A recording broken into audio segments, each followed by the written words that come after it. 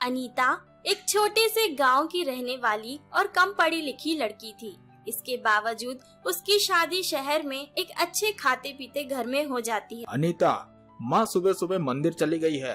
तुम बिना देर किए मेरे लिए नाश्ता बना दो, मुझे देर हो रही है। हाँ जी, मैं आपके लिए अभी स्वादिष्ट नाश्ता बनाकर लेकर आती हूँ कि आप अपनी उंगलियां चाटते ही रह जाएंगे। अनीता जल्दी से रसोई में जाती है। हे राम, रात के सारे बर्तन वैसे की वैसे ही पड़े। मैं एक काम करती हूँ, मैं इन्हें जल्दी से वॉशिंग मशीन में धो देती हूँ। अनीता सारे बर्तन वॉशिंग मशीन में डाल देती है और जैसे ही वॉशिंग मशीन स्टार्ट करती है, मशीन के अंदर पड़े बर्तन धड़म धुड़म की आवाज करने लगते हैं और एक जोरदार आवाज के साथ वॉशिंग मशीन की मोटर जल जाती है। हे भगवान, ये क्या, वॉशिंग मशीन में आग लग गई? किसने कहा था तुमसे वॉशिंग मशीन में बर्तन धुलने के लिए? परसों आपने ही तो मुझसे कहा था जी। अरे यार, वो मैंने डिश वॉशर के बारे में कहा था। वॉशिंग मशीन में सिर्फ कपड़े धुले जाते हैं। बहुत ज्यादा नुकसान हो गया है क्या जी? वो तो अब इसका मिस्त्री ही आके बताएगा। 8-10 हजार से जेब ढीली करनी ही पड़ेगी। तो अच्छा, मैं जा रहा हूँ, बाहर नाश्ता कर लूंगा। और तुम भगवान के लिए माँ के आने तक घर की किसी भी चीज को हाथ मत लगाना, वरना मुझसे बुरा कोई नहीं होगा। कार्तिक चिढ़कर घर से चला जाता है। इस तरह अलग अलग रहन सहन के चलते और शहर के नए जमाने की चीजों से अनजान अनीता अक्सर कोई न कोई बेवकूफी कर देती थी। इसी तरह एक दिन अनीता कमरा साफ कर रही होती है कि तभी उसकी नजर कार्तिक के लैपटॉप पे पड़ती है। मेरे पति देव का तो जवाब नहीं, इतनी महंगी चीज को ऐसे ही रख छोड़ा है।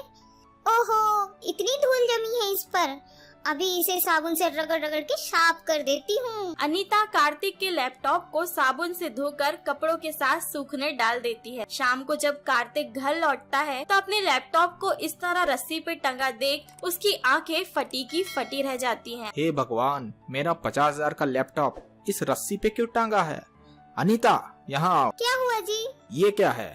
अब भगवान के लिए ये मत कहना कि तुम्हारे गांव में लोग लैपटॉप को इसी तरह धोकर सुखाते हैं। एक तो आप खुद अपनी चीजों को साफ सफाई से रखते नहीं हो, ऊपर से जब देखो मेरे को आग दिखाते रहते हो। हे भगवान, इस पागल औरत का मैं क्या करूं?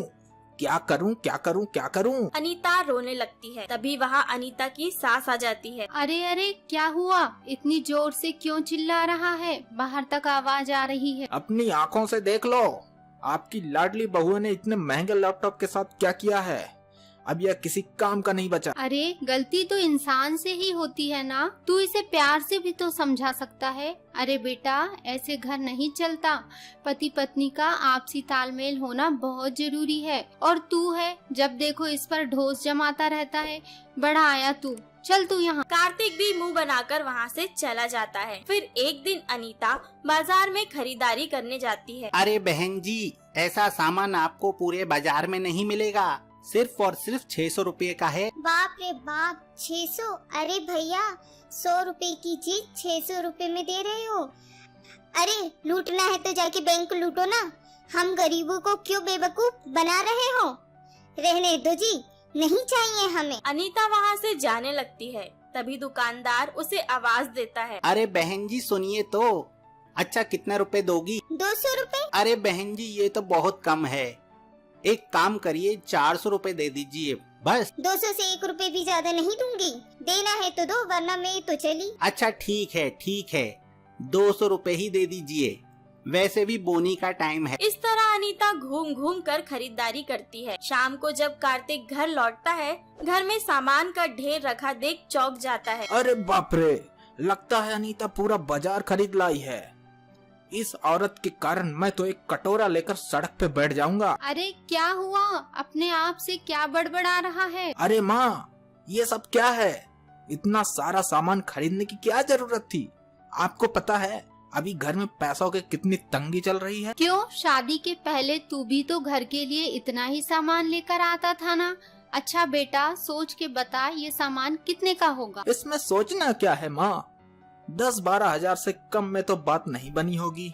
मैं खुद ये सारा सामान लेकर आता था। अनीता हंसने लगती है। नालायक, ये सारा सामान मेरी बहू ने सिर्फ 3,000 रुपए में लेकर आई है। क्या माँ, तुम मजाक कर रही हो ना?